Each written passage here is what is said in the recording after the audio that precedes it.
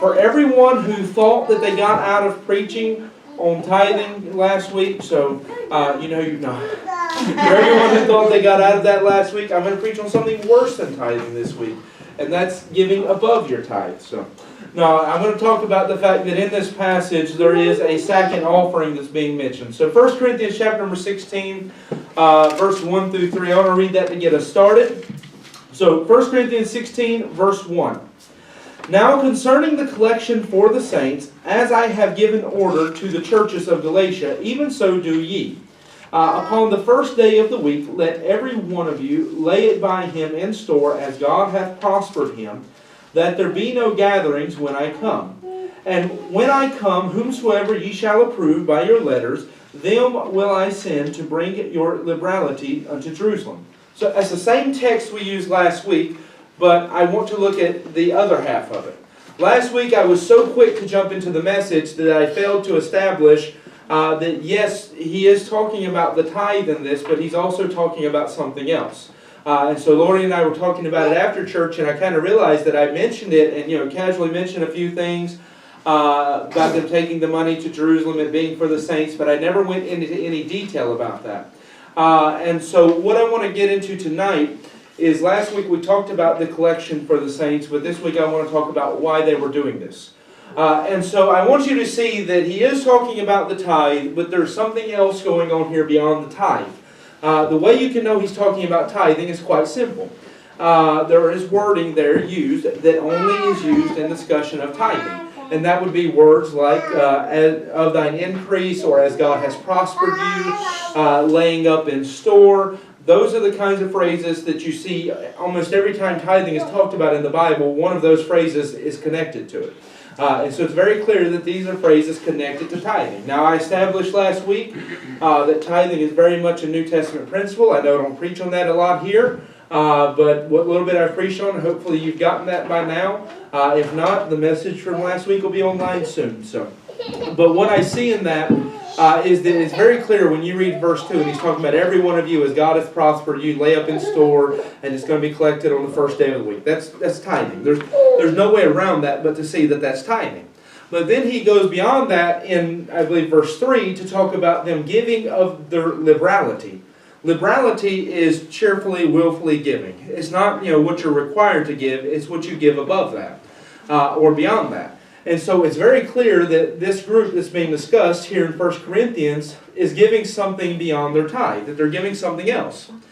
Now, I personally, the more I've studied this, the less, when he says, as I've commanded the churches in Galatia, it seems to be that he's told them how to take this offering if they're going to do it. And he's told them that they are commanded to take a tithe, but the offering itself still seems to very much be a willing offering that you participate in if you choose to. The Corinthians made a vow to do that. Now, what you're going to find when you study the Bible is that the reason why they're doing this extra, above their tithe, that they're giving something extra, is quite simple, and that's for the church in Jerusalem. Now, I'll even show you the one verse that shows you that there's more than one type of offering in the Bible in regards to both tithes and offerings. And that's when you go to Proverbs chapter 3 and verse number 9, verse number 10. He says that we are to honor the Lord with our substance and give the Lord the first fruit of all of our increase.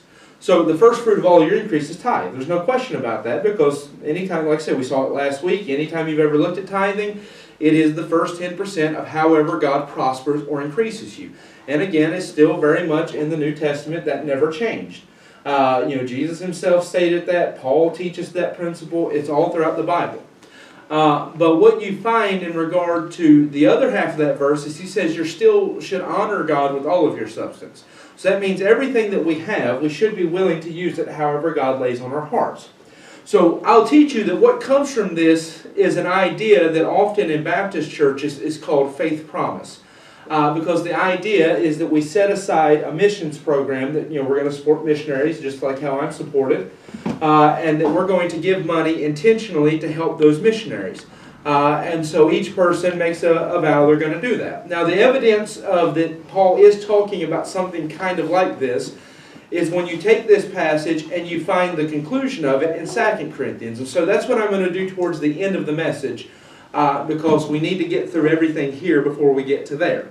But what you find is going on here, if I can just give an explanation of it, then like I say, I'll give you the verses later on, is that Paul, when talking to the churches in Galatia and when instructing the Corinthians what to do, he told them, look, first day of the week you should be taking up your tithes and offerings. People give whatever they want to, plus whatever they're required to. But he encouraged them to use the offerings, that which was above the tithe. That which was above what was necessary to take care of the church and the pastor and all that kind of stuff. He said, the offering, I'm encouraging you to send it back to Jerusalem. And so, if you notice in the last verse that we read there, he said that, we'll take it to Jerusalem when I come. I'll get somebody that you send to me to take the money, and if you're willing, he says in the next verse, if you're willing, I'll take that person with me. And we'll go to Jerusalem and we'll give the money to Jerusalem. So then the only question that would be left is, why on earth were they raising money for the church in Jerusalem? Because that's kind of backwards from what we normally think of, because that's the mother church. That's where the missionaries are coming from. So why on earth would you be sending money back to them? Now, that leaves you with two possibilities. One is that you believe that they were collecting their tithes and offerings and everything and just giving the money to Jerusalem, and then they had no money for their church. The other is that Jerusalem had a need, and they were trying to help that need. Now, there's two verses that support, or there's two needs that are supported in the Bible, and I'll give you two verses, one for each, that show that Jerusalem was in fact in need.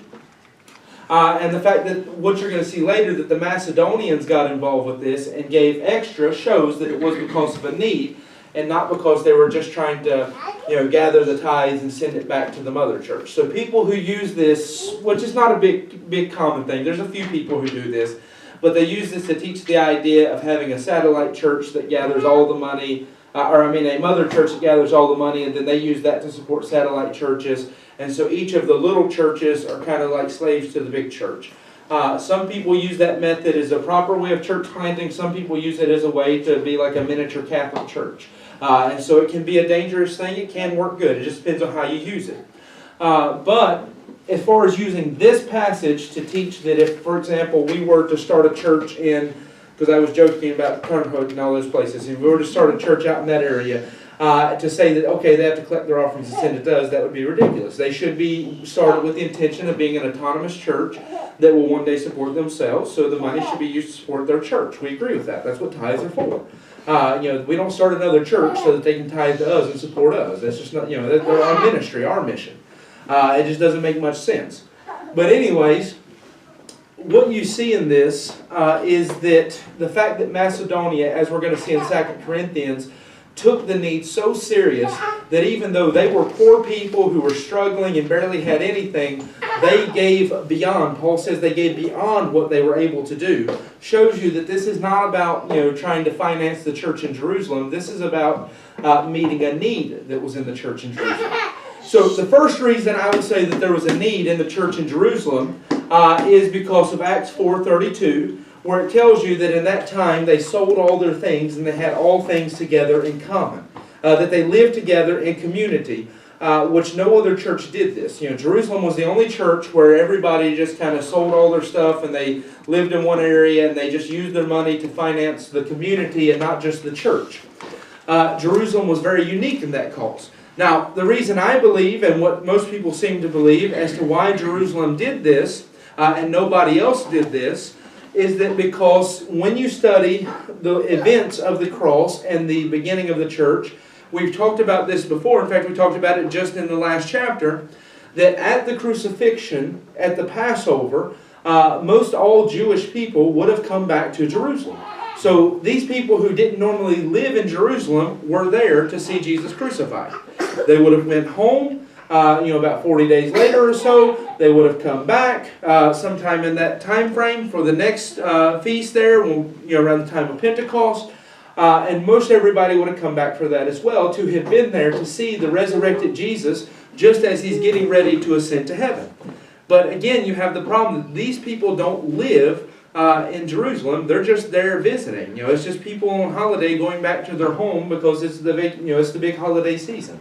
It's like all the people who go back home for Christmas or Easter or whatever holiday you're off from work, and so you go back home. That's what they were doing. So because of that, that's why we know Jesus was seen of above 500 witnesses, all these kind of things.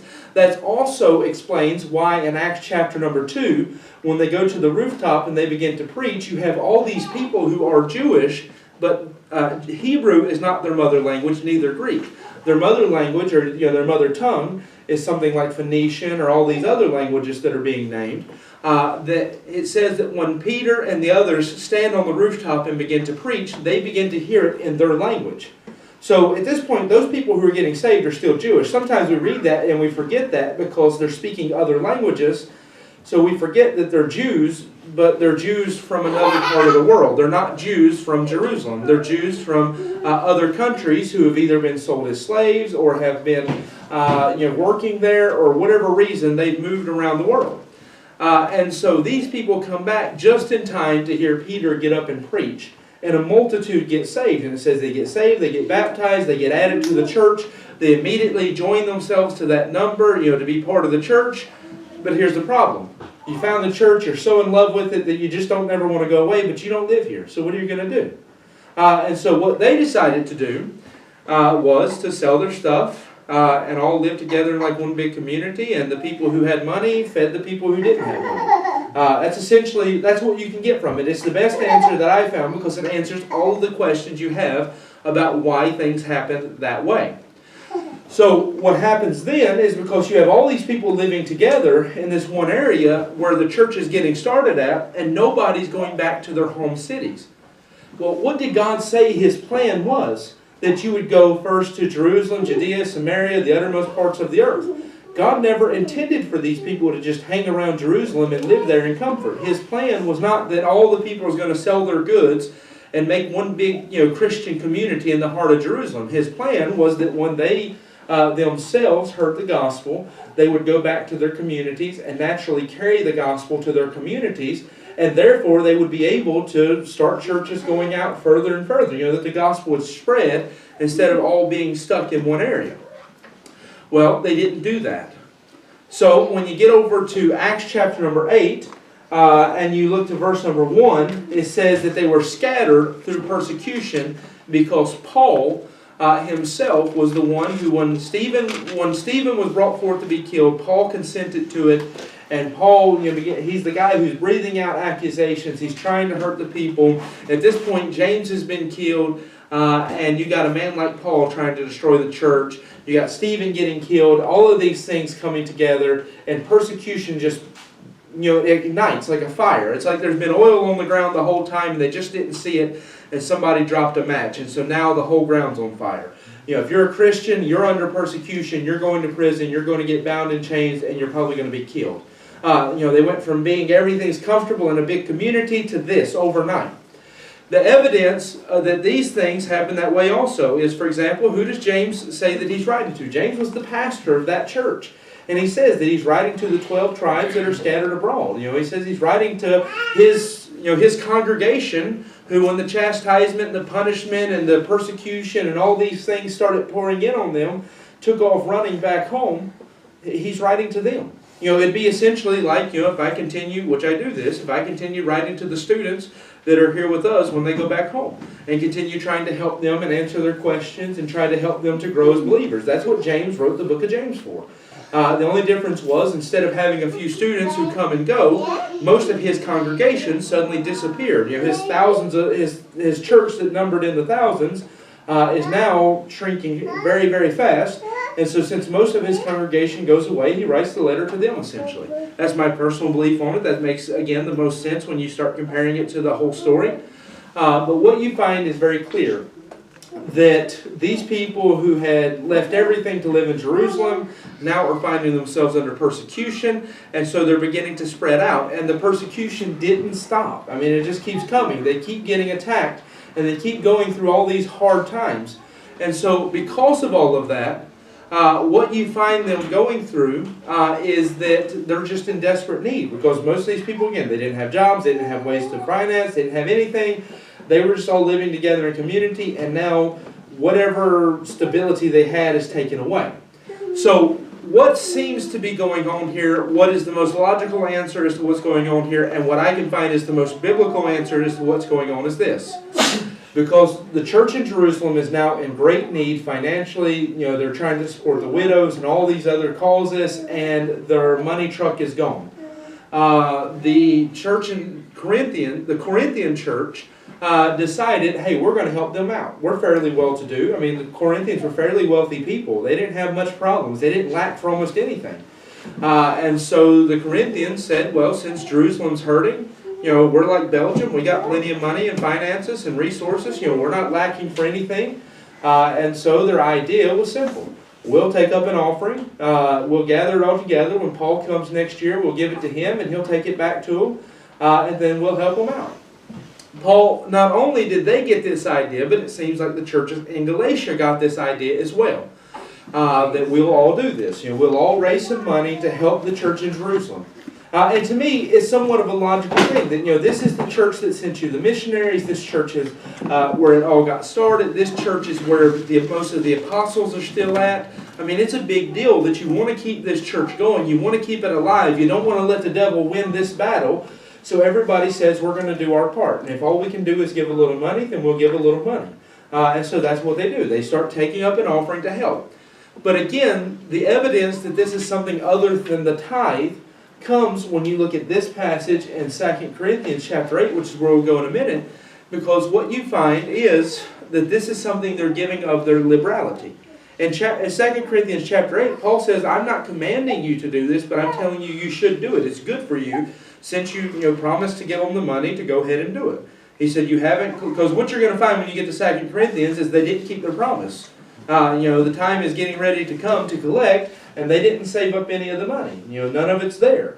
And so he says, you made a promise to do it, so I'm not speaking in a commandment, but you should do it. And so that's an evidence that there seems to be a distinction between the two types of offering here. That one is a commandment, that's a tithe. The other one is an offering, which is something you give freely, you give willingly, you give it of your own choice from your own heart. And God essentially says many times when it comes to an offering, if you can't give it freely, you might as well not give it, because He wants it to be given of a willing heart. He wants you to love Him enough to be willing to give to Him and not get upset because He asked you to do it. That's where it comes in to honor Him with all of our substance. So to give you the introduction and everything, that's what's going on. Like I said, last week we spent our time looking at the offering, proving that it's still very much a New Testament principle, that nothing has changed about that, explaining some of the mechanics of how the tithing works. But today, essentially, what we're talking about is just the opposite side of that, and that's the offering. And that's when you have the other 90% that's left behind, and you say, God, what do you want me to do with it? You want me to give a little bit of this to help somebody? And so you can do offerings, and it's not just that you put it in the offering plate in the church. I mean, for example, you see somebody in need, and you give money to them, and you're doing it in the Lord's name and on the Lord's behalf because God put it on your heart. That's also an offering. You see, for example, we're going to take an offering for Dr. Baker when he comes to preach. He's not asked for that, but Dr. Baker has paid for his own plane ticket. He's paid for his grandson's plane ticket. He's paid for his hotel. He took all the costs of this meeting upon himself, which is unheard of and not reasonable for us to ask of him. Because normally if you invite somebody to fly halfway across the world to preach for your church, you pay for it. I mean, it's just a natural thing. I never invite Stefania to take me out to eat so that he can pay for it. If I invite him to go eat with me, I'm paying for it. That's just the mentality. Now, I know some people who would do it the other way. Most of them come from Romania. But, plenty of them would invite you to go out to eat and then expect you to pay for it. But most people, when they invite you to go out to eat, they're planning to pay. So my point of that is with Dr. Baker, since he has taken all this upon himself, he's paying all the costs, and he's constantly saying, I don't want to be a burden, I don't want to be a burden. Well, he's not a burden. We want to be a blessing, though. So in order to be a blessing, we'll take up an offering. In fact, I may actually, I bought something I can use as offering plates. I may really shock everybody and cause people to have a heart attack that Sunday and pass around offering plates. People won't even know what to do anymore. But anyways, I may even do something like that just to encourage our hearts. That if He's a blessing, we should be a blessing back to Him. And one way we can do that, you can do it by praying, sure. You can do it by being friendly. You can do it by a lot of things. You can do it by being here. But you also can do it by giving. Giving out of your heart. Now again, if you can't give out of a willing heart, then sure, it will still be a blessing to him, but you're not going to get any blessing from it yourself. So that whole part about it being more blessed to give than to receive, you're going to miss out on all of that. You're going to miss out on all the goodness of it. So my point of this is that the relationship between a tithe and an offering is quite simple. A tithe is a commandment, and that's why he says, I've commanded this. A tithe is a commandment that we don't really have a choice to. I mean, God literally said, we looked at it last week, that if you're not doing it, you're stealing from him. And so he said, if you don't give the 10%, you are stealing from God. Now, I don't push that. I don't fight with that a lot because we're still a young church. And, Paul saved that for the last with the Corinthians, as carnal as they were. So I save it for when I have to here too. But my point of this is that it's quite simple, that a tithe, you're commanded to do it. An offering, God gives you a choice. He says the first 10% of whatever he prospers you. He says you don't have anything that you haven't received. That's what the Bible says. He said, what do you have that you have not received? And he says, if you've received it, why do you act that you haven't received it? Because let's even put it this way. When it comes to the money that we earn from working, we like to think we're self-made men. We do it ourselves. But who gave you the strength, the breath, the ability? If you're really trusting him, who gave you the job? I mean, who gave you everything that you need to accumulate anything? If he didn't, through his providence, give you the next beat of your heart, what are you going to earn? What are you going to do? We're completely beholden to him. We're completely dependent upon him and don't even realize it half the time because we're so stubborn in our own ways that we feel like we are somehow making ourselves. And so anyways, the fact that he would say, I give you all of this, I ask for 10% in return. Now, again, that's to honor him. That builds your faith. We talked about all that last week, so I don't need to go through it again this week. But he says, now that you have the other 90%, he says, if you're willing to trust me and let me, move your heart here and there to give a little bit of it, then trust me. Now, it's not going to ask you to put the whole, I can actually tell you, he will not ask you to put the whole 90% in unless he has something better in plan. But normally he's not going to do that because I went through a spell where I actually was wanting to give like 30 and 40 and all that kind of percentages. I kept increasing it because my experience has been that in general, the more we give to God, he does bless us. Now, like I preached last week, that doesn't mean that because you give your tithe that God's suddenly going to say you want a Ferrari, you want a Tesla, whatever, you have it. That's not how it works. But what it does mean is that God does, he says, you can't take it out of the Bible. He does say in Malachi chapter number 3, verses 8 through 10, that if you give, you will see if he'll open the windows of heaven and pour out a blessing that you cannot receive at all. So, that is Bible. It's very much a Bible principle. What does Proverbs 3, 9, and 10, where I just quoted, what does it say? He says, if you'll give God the first fruit of all your increase and honor him with your substance, that he will cause your barns to overflow and your presses, your wine presses, those things to overflow. And so what you find is there is a promise in the Bible that when we're faithful to him, that he does bless. But what I found is that in my own life, when I was giving, trying to increase more and more, it's like I was trying to see if he would keep blessing more and more. There got to be a certain point where it's like he told me, that's nice, I appreciate it, but I wasn't asking for that. And so, that's why I say with an offering, I personally believe that whatever you give is fantastic. We make sure that God's putting on your heart to do it. That's where the blessing comes in because it's part of obedience, it's part of faith, it's part of love for God. And as much as I'm sure he appreciates the love when you're willing to go above and beyond, I think you need to make sure you're following the leadership of the Holy Spirit sometimes. That doesn't mean that you have to say, when he passed the offering plate for Dr. Baker, that I just didn't really feel like God was dealing with me because he probably wasn't dealing with you because you weren't letting him do it. There is a difference again. But my point in all of these things really just comes down to a simple thought. That in this passage you have the offering of liberality, which is, when you're giving liberally, freely of your own choice, and you have the offering of the tithe, which is a requirement. You have the two things that are being presented, and then each of us have a choice whether we're going to do it or not. One of them is a requirement, one of them is freely, but in either case, God still says it's a choice that you do it. So moving on in this passage, I want to try to get through verse 9. But it should be easy because through verse 9, Paul's mainly just discussing his plans about what he would like to do after he comes to get the money. So verses 4 and 5, he says, and if it be meet that I go also, they shall go with me. Now I will come unto you when I shall pass through Macedonia, for I do pass through Macedonia. So Paul, he's getting ready for the next several verses to discuss, well, maybe I'll do this, maybe I'll do that. God's given me a lot of opportunity. We'll see what happens. But he says there's one thing that I know I'm going to do, and that's that I'm going to pass through Macedonia. And he invites, he says, if you're willing, I would like to take whoever it is that you send to give the money, I would like for them to come with me. Now, it's incredible, though, what happens from this. We have to go to 2 Corinthians chapter 8 to get the story. But what happens as a result of this is incredible because the Macedonians get on board with this and they start participating in the offering. And it's almost like Paul didn't think to ask them because this is the poor church. This is the church that has no money. This is the church, it'd be like the difference between a church here and, like, say, Romania. In Romania, where if people have two lei, 50 cents, they feel like they're rich. Here, if we have 50 cents, that's nothing. But for them, when I would go to Romania, you can take your money and it spreads very far. But that's almost a fair comparison. The only difference is Romania is probably not even a fair comparison. It'd be like the difference between a church here and a church, let's say, in the Philippines. Where the people have no money and most people are living on the streets. That's the difference between Macedonia and Corinth. Corinth is like Belgium. Everybody was wealthy. They had everything they needed. There was no problems. They just didn't want to give their money. And then Macedonia, they had nothing, but they were going and collecting cans to recycle them to give money, that kind of mentality. Whatever they could to find a way to get money to help those in need. And here they are starving to death. That's the kind of heart that they have to want to help people. But we'll see that when we get to 2 Corinthians. Now, verses 6 through 9, Paul says, and it may be that I will abide, yea, and winter with you, that ye may bring me on my journey whithersoever I go. For I will not see you now by the way, but I trust to tarry a while with you, if the Lord permit. But I will tarry at Ephesus until Pentecost.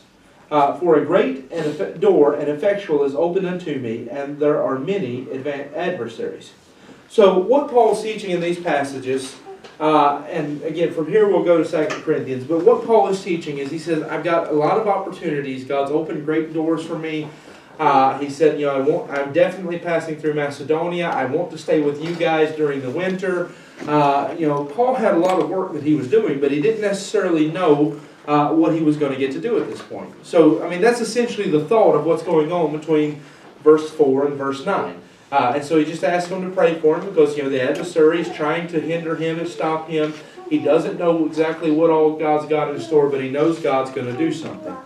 The lesson that you can learn from this yourself is that when you and I actually get involved in God's will and surrender to it, not knowing necessarily what all is going to come from it, God may use that to do something incredible.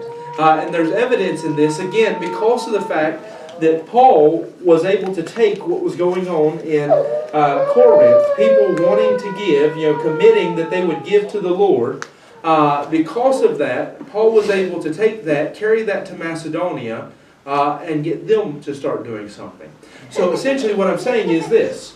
When we as God's people say, I'm going to do whatever it is God asked me to do, I'm going to go ahead and surrender to what He's asking, whether that be giving, whether that be serving, all of those things, you will almost always inspire somebody else to rise up and start doing it.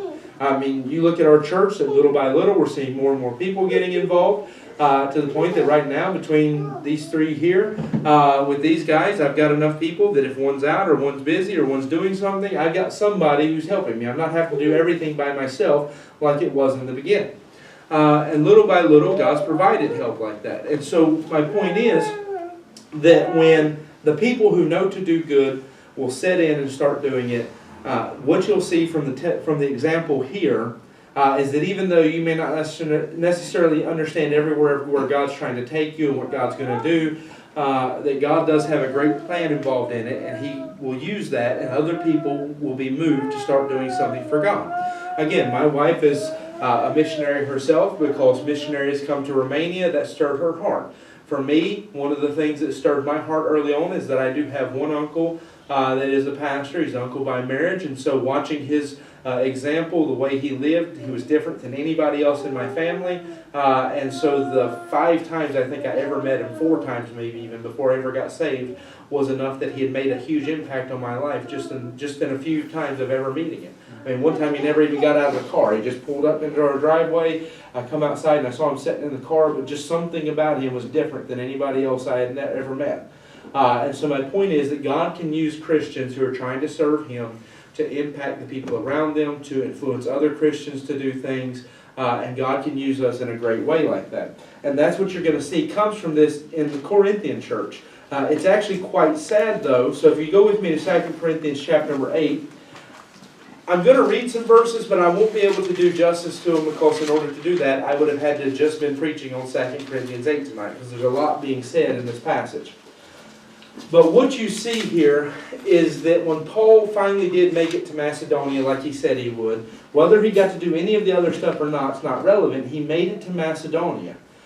He said he was going to do it, and he did it. And so when he got there, it would seem to be that he told the story to the Macedonians.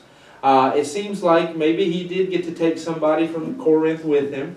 And when they got to Macedonia and they told the story of what was going on in Corinth, how that these people and the people in Galatia had set their hearts that they were going to give to help the church in Jerusalem, the poorest church that you see, maybe the poorest in the New Testament, steps up and says, hey, we want to help with this.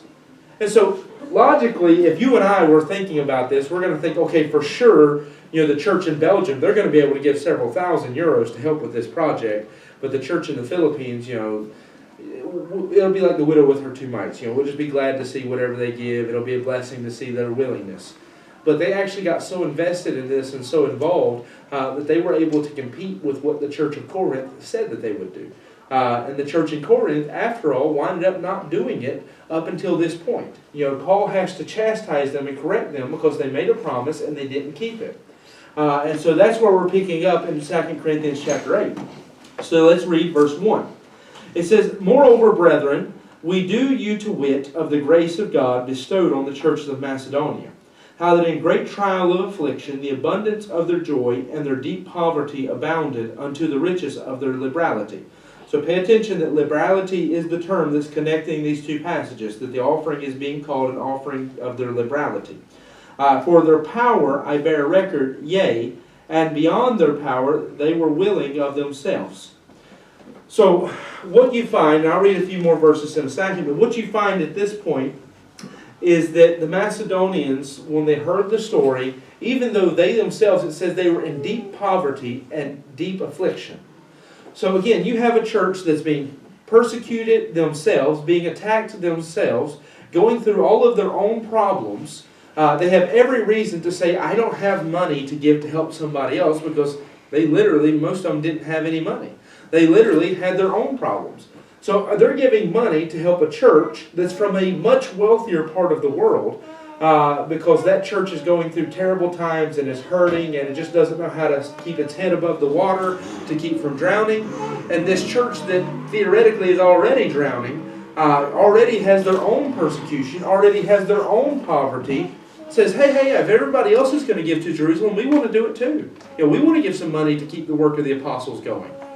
It's an incredible thing when you really think about that. If there's anything that should move a Christian's heart to get away from some of that stubbornness and that selfishness and the greed and things that keep us from giving to the Lord, it should be a story like this, because there's nobody in this room who's in financial poverty. Everybody in this room is doing well. You live in Belgium. You have a house, most of you have cars, you have money, you have food.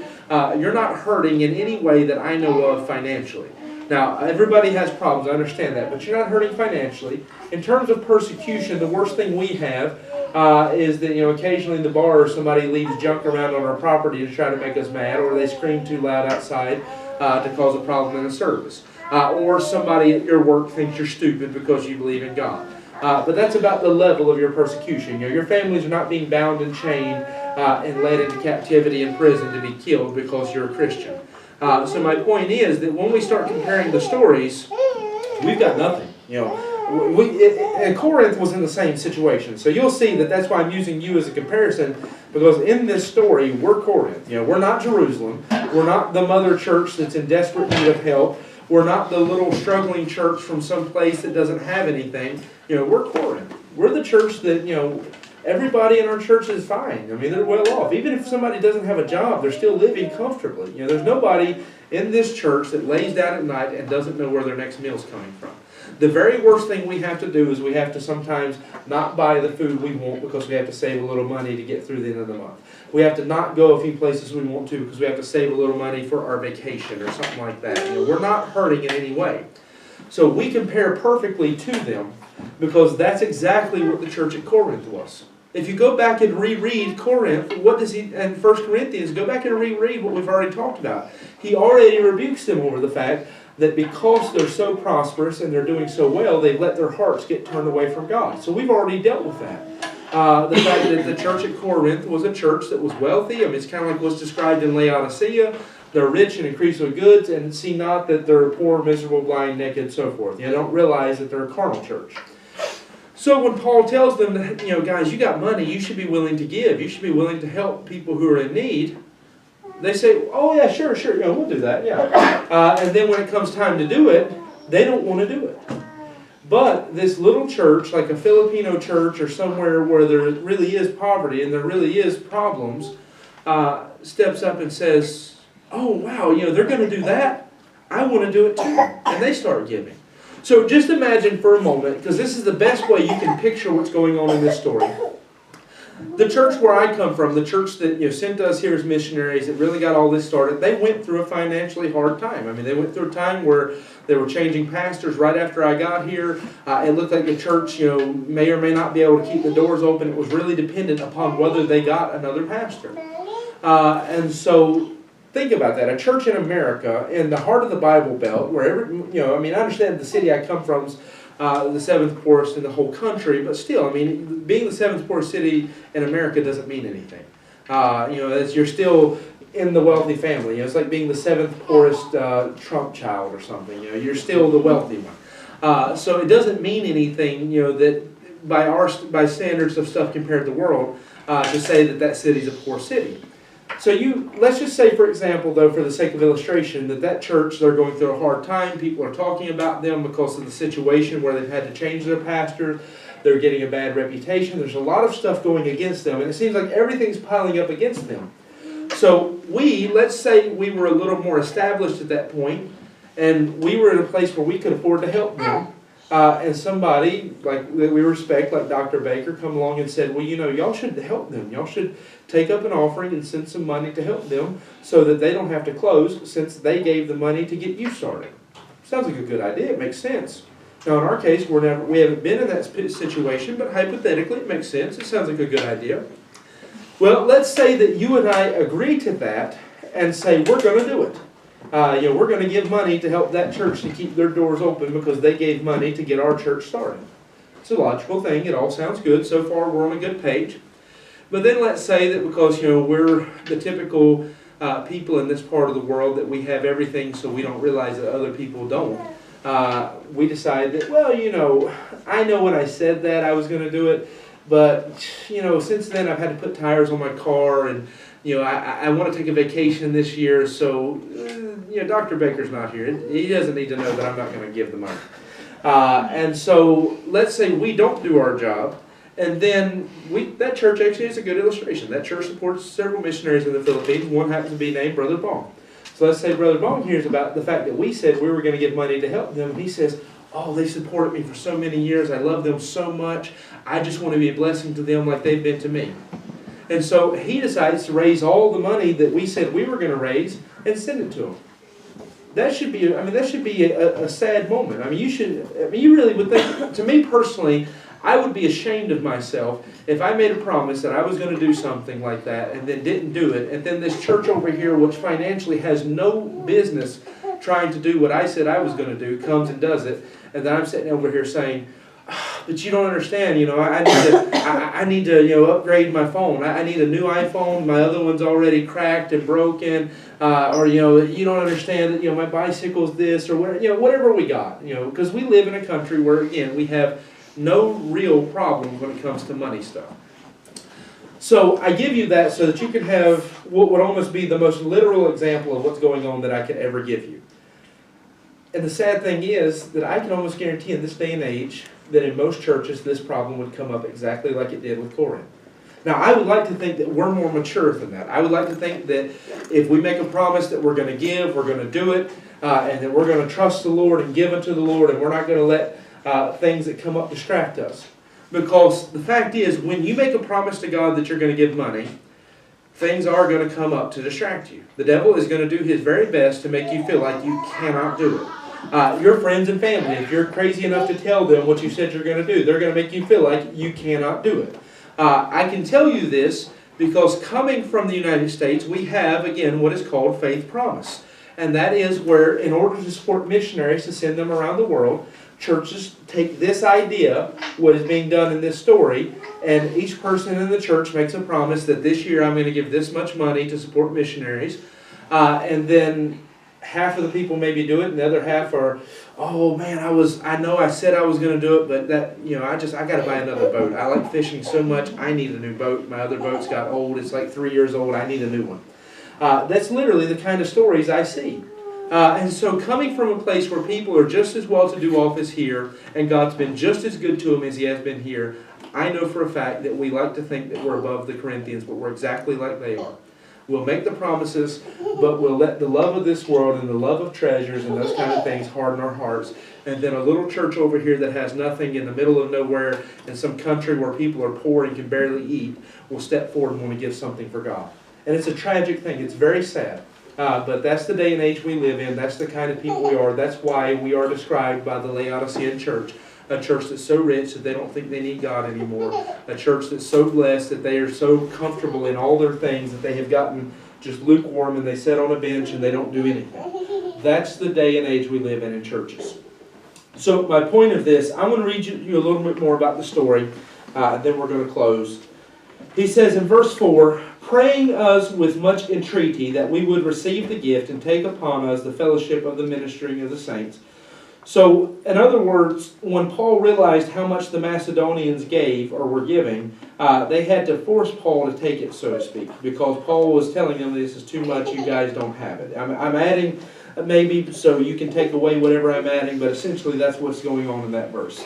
And this they did not as we hoped, but first gave their own selves to the Lord and unto us by the will of God. So whatever Paul had originally asked, he says they didn't do that. So you could take that if you just read that verse by itself, that they didn't meet the standard like the Corinthians. But everything else in this passage is saying that's not what he means. When he says they didn't do what he originally asked, he's telling you that they did much more than he originally asked them to do. And the evidence, again, is the fact that they had to push him to take it in the verse before it. But also, you see, going down into verse 6, he says, insomuch that we desired Titus, let me make sure I didn't skip. Yeah, insomuch that we desired Titus, that as he had begun, so he would also finish in you the same grace also.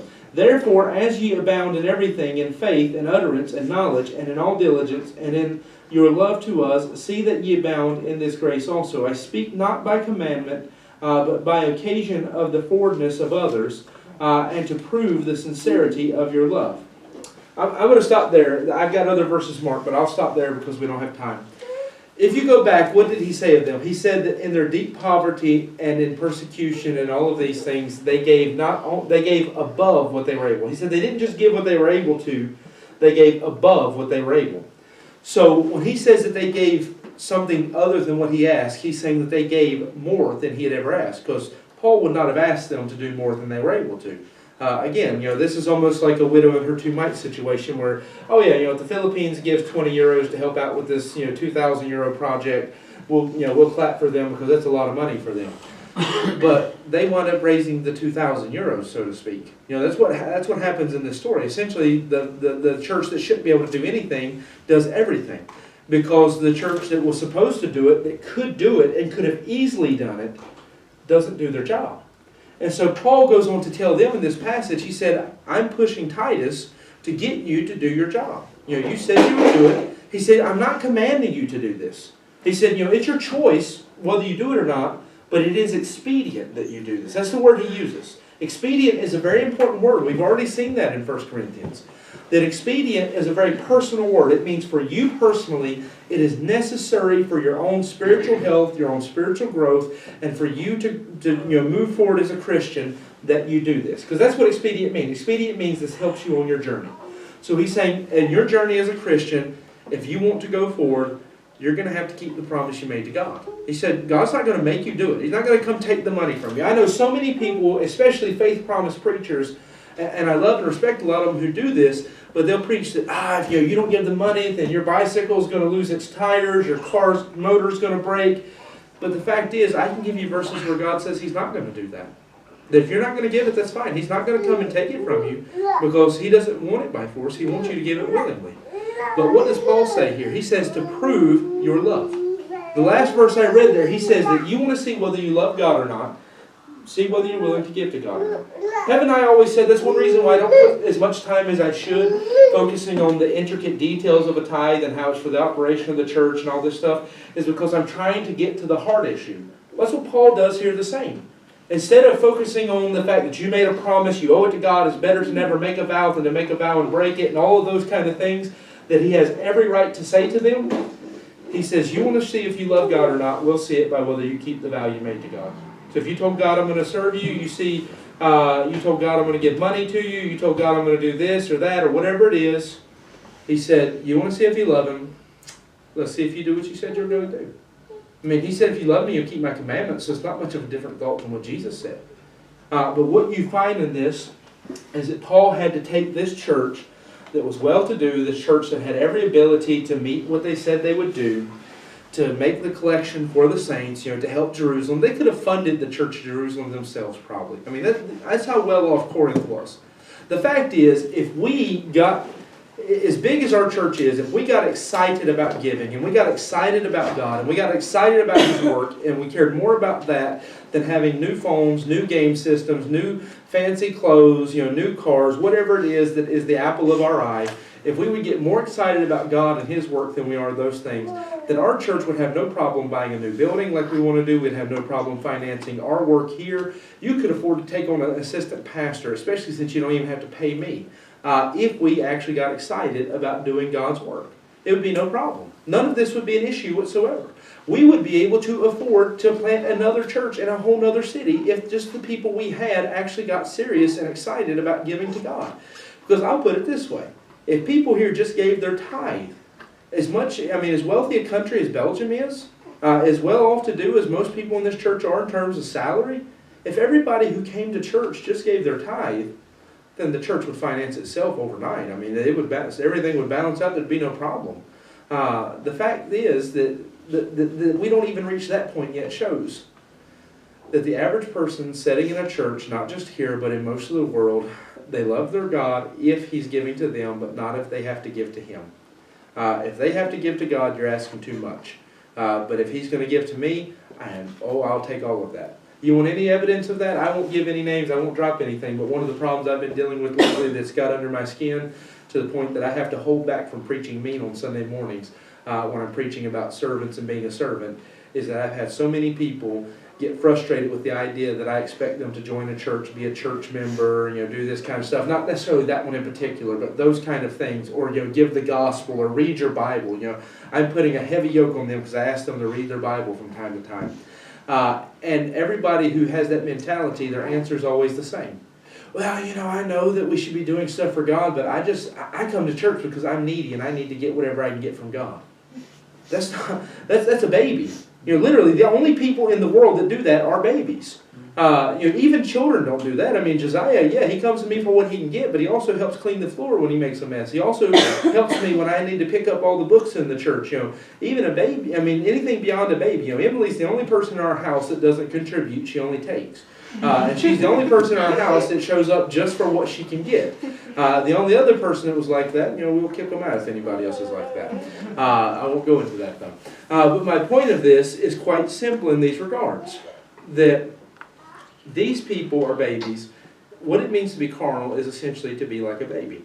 that, everything's about me, everything's about what I want, everything's about what makes me feel comfortable better, what makes my life easier, and we have no desire to serve God unless it somehow promotes making our life more comfortable and easy. In fact, I'll be honest with you, the reason why prosperity gospel works, the reason why if I got up here and preached to you that if you'd give me money, then you get the Ferrari and all that stuff, is because, okay, if giving gets me that, then I'll do it. But if giving just gets me, a few blessings and a little bit of joy and comfort and peace, closeness to God, that's not worth my money. I'll invest if, my investment, gives me 10 times fold, whatever it is. But if you're telling me all God's going to do is if I give to Him, is bless my home and make things a little better for me in terms of, peace and joy and that stuff, that's not worth it. That's the problem with Christians, is we only want a God that is going to make our lives more comfortable and easy, and never ask anything in return, that we want Him to be like a genie, that we rub the lamp whenever we want something, and when we're done with Him, He goes back, and we don't talk to Him until we need Him again. That's a baby, that's the kind of Christianity, though, that's very common today. And that's why sometimes it may seem like I'm mean, sometimes I may take stronger steps than most people think I do, like, for example, with baptism. The stuff that I sit down and explain to you, nobody ever did that for me. I've never had a pastor who did that for anybody that I've watched them baptize. And that's because they're just happy to add another number to a list. They're not trying to make it serious for you so that you grow. But I don't want a church full of babies. I want some people to grow up and serve God. And so that's why with messages like this, it may not always be the easiest thing to swallow, but it is necessary. It's just like vitamins, it's just like vegetables, it's just like anything else. That sometimes we have to eat food that we don't necessarily like, but it is good for us and we need it. And so that's why so much of the Bible isn't so easy to swallow, but we do need it.